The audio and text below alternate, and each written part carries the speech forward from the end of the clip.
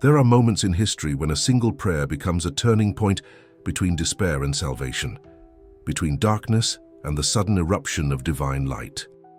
Tonight, you will hear one of those moments. It begins with Padre Pio, a man pierced by the wounds of Christ and a soul who had spent 40 years rejecting God, until one brief, unexpected encounter revealed the hidden and terrifying power of just one Hail Mary. Before we start this incredible journey, tell me in the comments, where are you watching from? Which city, which country, which corner of the world is joining us tonight? Your presence helps this community grow and keeps these powerful stories alive.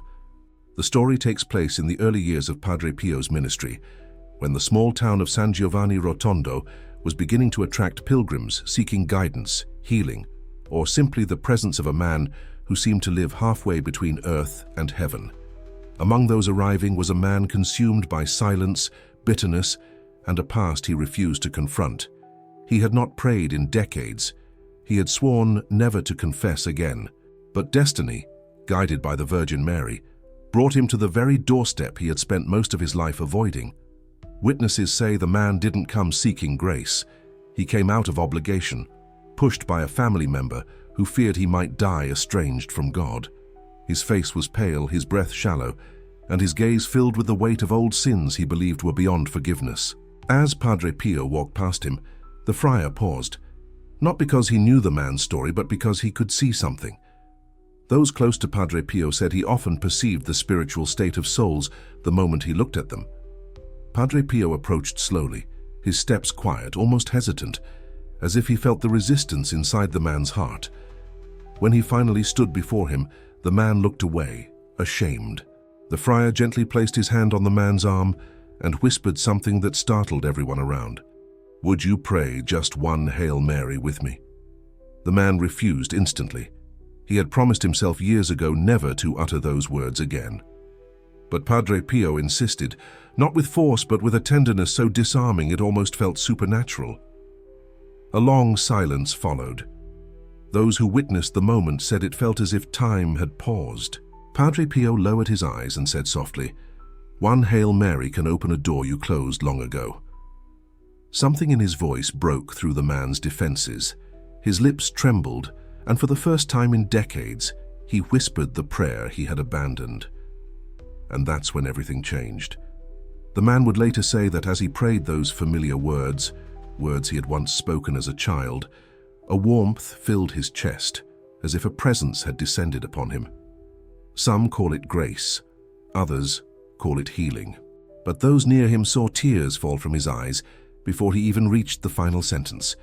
A single Hail Mary had accomplished what sermons, arguments, and fear had failed to do. Paragraph 8. Padre Pio took the man by the hand and guided him to the confessional. What happened next would go on to be recorded by witnesses as one of the most extraordinary reversions in the friar's ministry. The man confessed everything, wept uncontrollably, and emerged with a peace he had not felt since childhood. And yet, this was only the beginning.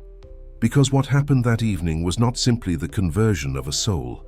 It was the unfolding of a hidden truth Padre Pio had spent his life preaching, that the Hail Mary, prayed with sincerity, carries a power so fierce and so luminous that even the most hardened hearts cannot resist its touch. But the story does not end here. In fact, the most astonishing part, the part few people know, was still to come. Because the man whose life had been saved by one Hail Mary would soon face a spiritual battle that revealed just how terrifyingly powerful that single prayer truly is. The confession room was dimly lit, with only a narrow window allowing a thin ray of afternoon light to fall across the wooden kneeler. Padre Pio listened carefully as the man poured out a lifetime of sins, regrets, and bitterness. The friar did not rush him, did not interrupt him, did not show the slightest sign of shock. He simply listened with the patience of someone who knew that heaven was fighting for this soul in that very moment. And when the man finally stopped, exhausted, Padre Pio gave him absolution with a gentleness that left him trembling. When the man stepped out of the confessional, his family barely recognized him. His face, once hardened and sickly, seemed lighter, Those nearby said he looked 10 years younger, as if a heavy stone had been lifted from his chest. But what touched them most was the fragile peace in his eyes, the kind of peace that comes only after a profound encounter with the divine. Padre Pio approached him once more, placed a hand on his shoulder, and said, "Never underestimate what a single moment of grace can do." That evening, the man remained near the church, sitting quietly as pilgrims came and went. Something deep within him felt different, as if a door had been opened that he had forgotten existed. He watched the friars pass by, watched the faithful pray the rosary, and felt a strange warmth in the air. It was not emotional excitement, nor dramatic conversion. It was quiet, steady, unmistakable peace. And yet, he could not shake the question forming slowly inside him. Why did Padre Pio insist on one Hail Mary? As night fell over San Giovanni Rotondo, the man found himself walking through the courtyard of the friary. The sky was dark, but the stars shone with uncommon clarity. He paused near a stone bench, and for reasons he could not explain, he whispered another Hail Mary. This time it came naturally, gently, without fear. The moment he finished, a sudden wind swept through the courtyard, though the trees remained still. It was as if something unseen had brushed past him. Later that night, while resting at the small inn where he was staying, the man experienced something he would recount for the rest of his life. He awoke suddenly, not to noise, not to pain, but to a presence, a heavy, suffocating presence in the room. His heart raced. He sat up, but he could not speak. It felt as if the air itself had thickened. In the corner of the room, he sensed something watching him, something cold and threatening. Panic surged through him, and instinctively he whispered the only prayer he could remember. "Hail Mary." The moment the words left his mouth, the presence retreated. The pressure lifted. The air became light again, and in the darkness he understood. He had just witnessed the spiritual war Padre Pio knew so well, one that few people believe exists, yet one that surrounds every soul. Shaken, he left his bed and knelt on the floor, praying Hail Mary after Hail Mary until dawn. He did not know what had attacked him, but he knew one thing with absolute certainty. The prayer Padre Pio had asked for was not chosen by chance. It was a weapon, and heaven had placed it in his hands at the exact moment he needed it. When morning arrived, the man looked exhausted but strangely determined. He returned to the church before the sun had fully risen, hoping to find Padre Pio again. The friars were already preparing for Mass, moving quietly through the sacristy, lighting candles, setting out vestments. The man waited by the doorway, gripping his rosary so tightly that the beads left marks on his fingers. When Padre Pio finally appeared, his eyes immediately found the man as if he had been expecting him. Padre Pio approached with the same calm authority he carried the day before. The man tried to speak, to explain what had happened in his room, but the words came out in fragments. Padre Pio listened without interruption, his expression neither surprised nor alarmed. When the man finished, breathless and trembling, Padre Pio simply nodded and said, "Do not be afraid. You were attacked because you returned to grace. Hell hates losing a soul." The man felt a chill run through him at the certainty with which the friar spoke. After a moment of silence, Padre Pio added, "This is why I asked you for one Hail Mary. The Virgin always comes when called. Her presence disperses the enemy instantly." Then he raised a hand in blessing and urged the man to stay for Mass. The man obeyed, sitting in the front pew as the church slowly filled with pilgrims, workers, mothers, and children. For the first time in years, he felt a growing desire not only to pray, but to understand. Why was a single Hail Mary so powerful? Why did Padre Pio rely on it with such absolute trust? During the Mass, the man felt a serenity he could not explain. Even the sound of Padre Pio's voice carried a weight that seemed to settle his soul. At the consecration, witnesses say they saw tears roll down Padre Pio's face, something that happened often due to the intensity of his union with Christ. The man watched in awe, realizing there were depths of prayer he had never imagined. And somewhere deep inside him, a quiet longing began to awaken. After Mass, he stayed near the side altar, hoping again to speak with Padre Pio. Instead, he watched as dozens of people lined up for confessions, seeking the same peace he had received. There was something humbling about seeing so many broken, weary souls approach the friar, knowing that each carried a story of pain, sin, or hope. It dawned on him that his own battle was not unique. Every soul in that church was being fought over, some silently, some desperately. While he waited, an elderly woman approached him. She had seen him trembling earlier and gently asked if he was all right. When he told her what had happened during the night, she nodded with a sad but knowing expression. "Padre Pio once told me," she whispered, "that 1,000 devils flee when you say one sincere Hail Mary. The problem is that most people never say it with their heart." Her words struck him deeply. Maybe that was what happened in his room. Maybe that was why the darkness fled so suddenly, and maybe, just maybe, the simple prayer he had abandoned for 40 years was meant to become his shield now. He looked down at the rosary in his hand, feeling a new sense of purpose rising inside him. As the man stepped outside the church, the midday sun warmed the courtyard stones, and for the first time in years, he felt a strange lightness in his chest. Yet beneath that calm was a new fear, an awareness that he had entered a battle he did not fully understand. He walked slowly toward a nearby bench, the rustle of pilgrims filling the space around him. While he sat, he replayed Padre Pio's words over and over. "The Virgin always comes when called." The simplicity of the statement unsettled him. Could something so small, so familiar, truly hold such unimaginable power? Not long after, a young friar approached him with a message. Padre Pio wished to see him again. The man followed the friar through the shaded walkway that led to the back of the monastery. There, away from the crowds, Padre Pio was seated, his hands resting gently on his lap, his gaze thoughtful. When the man approached, the friar dismissed himself, leaving them alone. Padre Pio looked at him with the gravity of someone preparing to reveal something important. The man hesitated, unsure how to begin. Padre Pio broke the silence first. "You experienced grace yesterday," he said softly. "And last night, you experienced the resistance that follows grace." The man nodded, recalling the suffocating presence that had entered his room. Padre Pio continued, "This is a pattern. When a soul returns to God after many years, heaven celebrates, but hell does not remain silent." The friar leaned forward slightly. "This is why the Hail Mary is essential. It is the cry of a child that summons a mother who cannot ignore her own." The man swallowed hard, trying to absorb the depth of these words. Padre Pio then told him something he would never forget.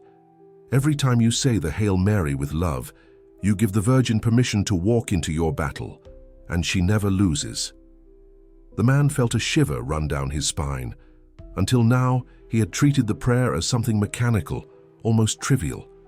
He had never considered its supernatural weight, nor the maternal protection it invoked. Padre Pio asked him to kneel, and when he did, the friar placed his wounded hands on the man's head. A warmth spread through him immediately, gentle at first, then deep, like a quiet fire burning away fear. Padre Pio prayed silently over him for nearly a minute. When the man rose, he felt steadier, rooted, as if something within him had shifted. Padre Pio smiled. "You will have peace now," he said, "but you must stay close to Our Lady. Pray the Hail Mary in the morning, at night, and whenever fear returns." The man left the monastery with renewed resolve. Yet as he descended the stone steps, a strange awareness followed him. A sense that something unseen still lingered nearby. It wasn't menacing, just present, watching. Perhaps it was the remnants of the previous night's attack, or perhaps, he thought, it was a sign that heaven was closer than he realized. Either way, he knew this journey was not yet over. That afternoon, he visited a quiet field on the outskirts of town, a place where the wind carried the scent of pine and the horizon stretched endlessly. There, away from all noise, he sat in the grass and whispered the Hail Mary slowly, intentionally, savoring each word. He prayed not out of fear this time, but out of gratitude. And as the prayer ended, he felt a peace settle over him, a peace that seemed to come from a presence standing just behind him, unseen, yet unmistakably real. That evening, the man returned to the inn with a calmer heart. He ate his dinner quietly, observing the other guests talking, laughing, and sharing stories of the graces they had received in San Giovanni Rotondo. Their joy felt foreign to him, as if he were still learning how to live without the armor of bitterness he had worn for so long. Yet beneath that unfamiliar feeling was a new curiosity, an awakening desire to understand the deeper world Padre Pio lived in, a world where heavenly beings moved as naturally as shadows in the sun. Later, as he prepared to sleep, he placed his rosary on the small wooden table beside his bed. For a moment he hesitated, unsure if he should pray again. But then he recalled the cold presence from the night before and the peaceful strength that followed his whispered Hail Mary. He knelt on the floor, clasped his hands, and prayed the entire rosary slowly, not out of fear, this time out of longing. When he finally lay down, his heart felt lighter than it had in decades, but sometime after midnight he woke again, not to dread, not to the oppressive presence he had felt before, but to something else. The room was still, illuminated faintly by moonlight slipping through the curtains, and there, in that soft light, he sensed a warmth, gentle, maternal, comforting. He couldn't see anything with his eyes, but deep within he felt as though someone was standing near him, watching over him. The fear he had carried for years dissolved instantly, replaced by an overwhelming sense of being protected. He sat up slowly, unsure if he was dreaming, but when he whispered a Hail Mary, the warmth intensified, wrapping around him like a cloak. The sensation was so immediate, so real, that tears welled in his eyes. He had lived most of his life avoiding God, avoiding prayer, avoiding anything that reminded him of the faith he had abandoned. Yet here, in this silent room, he felt the unmistakable presence of a mother responding to a child who had finally called her. The next morning, he walked back to the friary with a newfound confidence. When Padre Pio saw him approaching, the friar smiled softly, as if he already knew what had happened. The man sat beside him, overwhelmed and unsure how to express the experience of the previous night. Padre Pio listened patiently, nodding at every detail. When the man finished speaking, the friar said only one sentence: "She has been waiting for you for a very long time." Those words struck him with surprising force. Waiting for him? After all his years of pride, stubbornness, and rejection? The thought was almost unbearable. And yet something in Padre Pio's voice made it clear that this was not sentiment. It was truth. The man lowered his head, overwhelmed by the weight of grace he had received in such a short time. Sensing his turmoil, Padre Pio lifted his hand in blessing. "Do not dwell on the past," he said. "The Hail Mary brings you into the present grace of God. It brings you into her arms, and no one who enters her arms remains abandoned." The man felt his throat tighten. He realized then that this journey was not about his past at all. It was about what God and the Virgin Mary wanted to build from this moment onward. The man spent the rest of the morning walking through the village, reflecting on every moment he had lived since arriving in San Giovanni Rotondo. It felt as though he had crossed an invisible border, leaving behind the cold, familiar emptiness that had shaped him for decades and stepping into a world where heaven was startlingly close.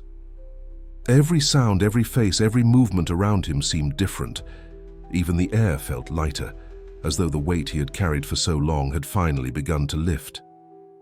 He found himself drawn back to the church, slipping quietly into a wooden pew near the back. Dozens of pilgrims prayed before the statue of Our Lady, lighting candles and whispering petitions. He watched them, feeling a strange kinship with people he had never met. For the first time, he understood why they came, why they knelt, why they cried, why they hoped. Grace had touched him, and now he recognized it in the faces around him. As he closed his eyes to pray, he felt a sudden wave of emotion rise in his chest. Not sorrow, not guilt. Something deeper, gratitude. A gratitude so intense it bordered on pain. This feeling was new, unfamiliar, and overwhelming. He whispered a single Hail Mary, letting each word settle inside him like soft rain on parched earth. And as he prayed, he felt that same warmth from the night before return, subtle but unmistakable. He had called, and she had answered. When he stepped back outside, a small crowd stood gathered near the entrance. Padre Pio was passing through, escorted by 2 friars. People reached out to touch his habit, to ask for prayers, to simply see him up close. The man hesitated at first, but something inside urged him forward. As Padre Pio passed, he paused again, just as he had the first day, and looked directly into the man's eyes. "Your battle is not over," Padre Pio said quietly, though no one else seemed to hear. "But you are not alone." The man felt chills run through his body. He wanted to ask what battle Padre Pio meant, but the friars continued guiding the priest forward. The words echoed inside him. Not over, not alone. A strange mixture of comfort and unease settled in his heart. He knew something awaited him, something he had yet to understand. That afternoon, he walked toward the rocky trail that overlooked the valley below the monastery. There, he sat on a large stone and watched clouds drift lazily across the sky. The silence was deep, soothing, almost sacred. As he prayed another Hail Mary, a sudden memory surfaced, one he had not thought about since childhood. He remembered his mother praying those same words beside his bed. Her voice had been gentle, filled with faith. He remembered feeling safe. The recollection pierced him unexpectedly, and he felt tears form. All these years, all this bitterness, and still the prayer remained buried inside him like a seed waiting for rain. He whispered another Hail Mary, slower this time, savoring each syllable.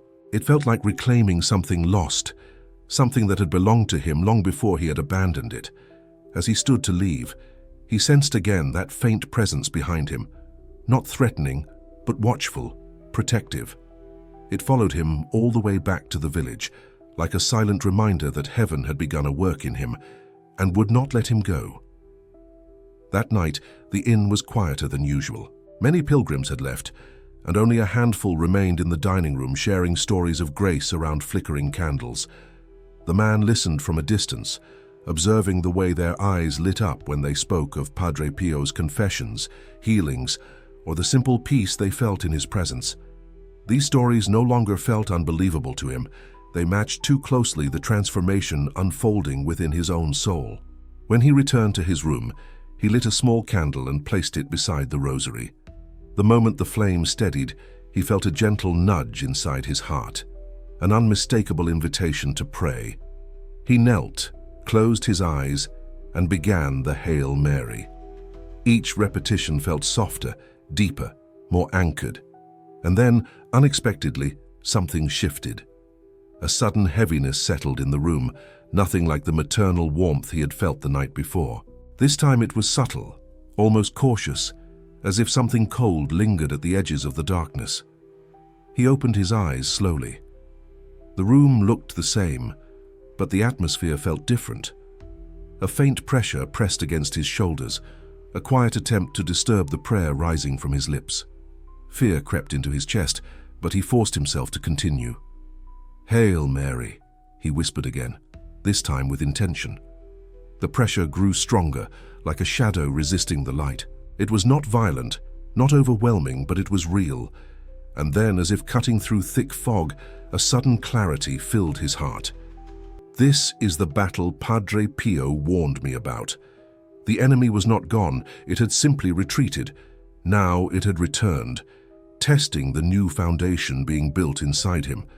The man clenched his rosary and continued the prayer, each word more deliberate than the last. On the 4th Hail Mary, the pressure weakened.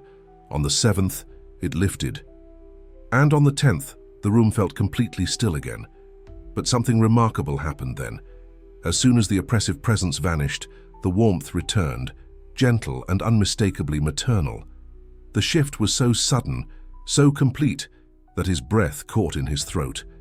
It felt as though someone had stepped between him and the darkness, pushing the cold away with overwhelming tenderness. He continued praying until the candle burned low, each word becoming easier, freer, almost joyful. Exhausted but peaceful, he finally lay down. As sleep began to claim him, he heard something so soft he almost thought he had imagined it, a whisper in his heart, not from the darkness, but from the same gentle presence that had protected him. It said nothing in words, but its meaning was clear. Do not stop praying. The next morning, the man felt different, stronger somehow, steady. He walked through the village with a confidence he had never known, greeting people he had previously avoided. Even the friars noticed the change. One commented that he looked reborn, a word that startled him with its accuracy. Later that day, he sought Padre Pio again. The friar listened attentively as the man described the battle from the night before, the cold presence, the pressure, the resistance, and then the sudden maternal warmth that drove it away. Padre Pio's expression softened with deep compassion. "You see?" Padre Pio whispered. "Now you understand why the Hail Mary frightens hell and comforts heaven." Padre Pio motioned for the man to sit with him beneath the shade of a cypress tree. The friar looked tired, as he often did, carrying both the visible and invisible wounds of his vocation. Yet his eyes remained steady, filled with a clarity that made the man feel seen to the core. After a moment of silence, Padre Pio spoke with the calm certainty of someone describing a truth as old as Scripture itself. "Souls who return to God after many years," he said, "are like wounded soldiers. Heaven tends to them, comforts them, washes them clean, but the enemy does not surrender easily. It tries again, hoping the soul will give up before the grace takes root." The words struck the man with unexpected force. He felt as though the friar were describing his entire life's struggle in a single sentence. Padre Pio continued, "The enemy attacks the mind first, through fear, confusion, discouragement. But the Hail Mary is a cry that the enemy cannot endure. It is the voice of a child calling a mother, and when she comes, everything dark must flee." The man listened intently, absorbing every word. He realized now that the battle he had experienced was not a punishment but a confirmation that heaven had begun its work in him. They remained there for several minutes, the quiet breeze rustling the branches above them. Padre Pio eventually leaned back slightly and closed his eyes, as if listening to something the man could not hear. When he opened them again, his expression had changed, more serious, more direct.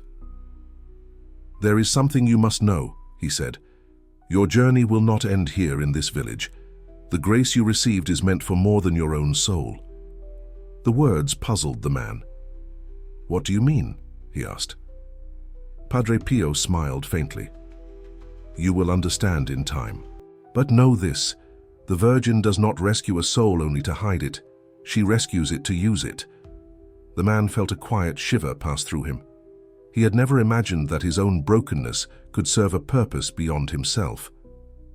Later that day, the man walked back toward the village with Padre Pio's words echoing in his mind. Everything around him seemed different. The distant bells, the sound of sandals on the stone pathway, even the sunlight filtering through the trees. He felt as though he had stepped into a world that had always existed, but that he had been blind to.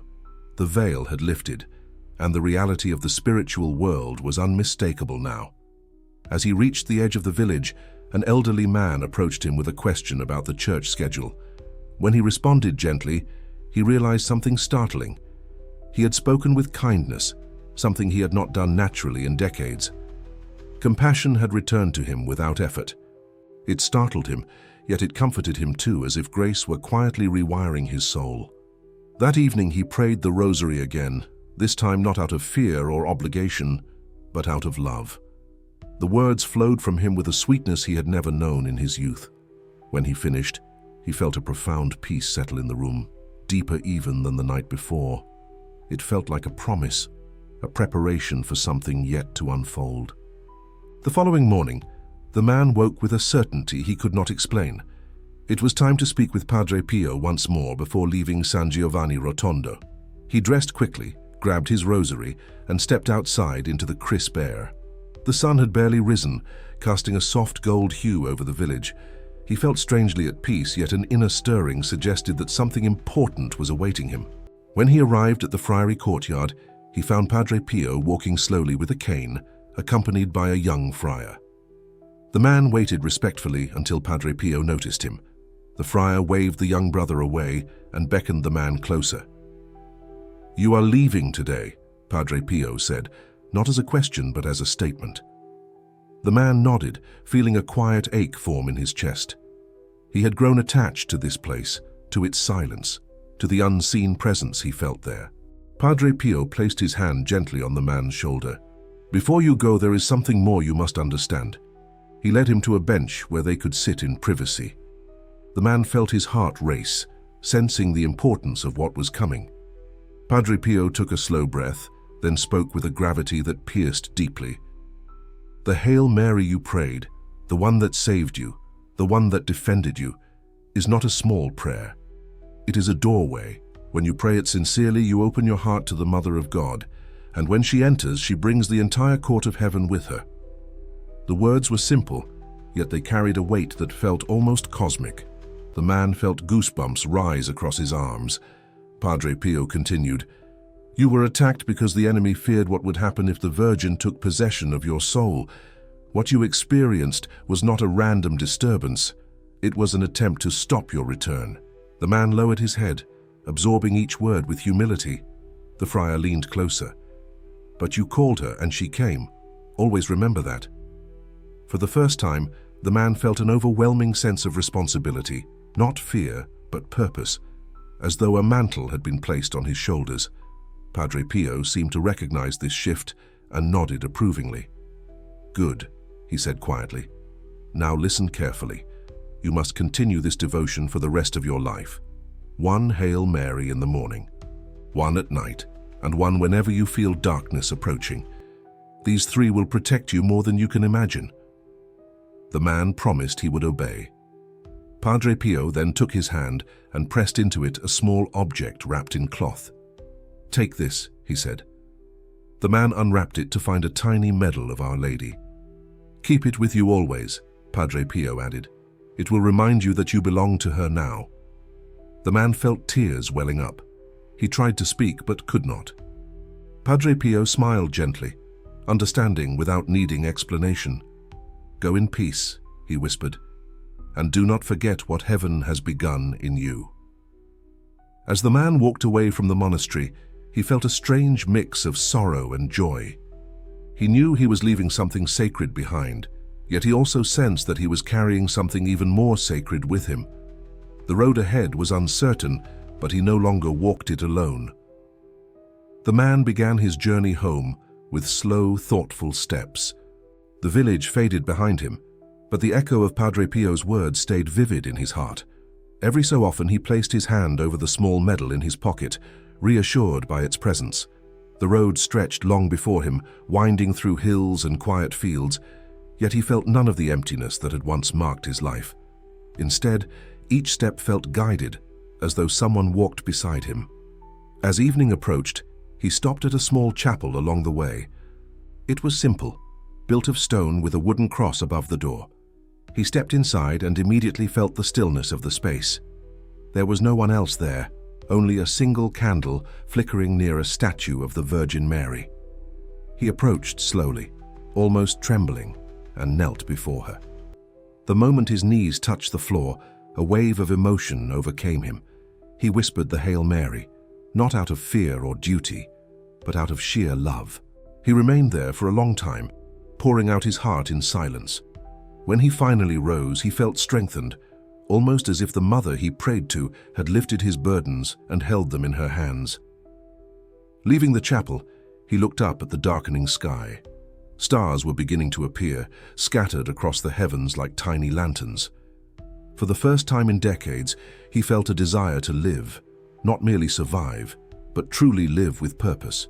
As the days passed and he traveled farther from San Giovanni Rotondo, he expected the peace he felt to fade, but it didn't. Instead, it seemed to grow, taking root in every part of him. He found himself praying the Hail Mary at unexpected moments, when he awoke, when he rested, when he felt a hint of worry. Each prayer brought the same sense of protection, the same warmth he had come to recognize as her presence. Word of his transformation spread quickly among his family and friends. They saw the difference in his face, in his tone, in the way he carried himself. He no longer spoke harshly or withdrew into silence.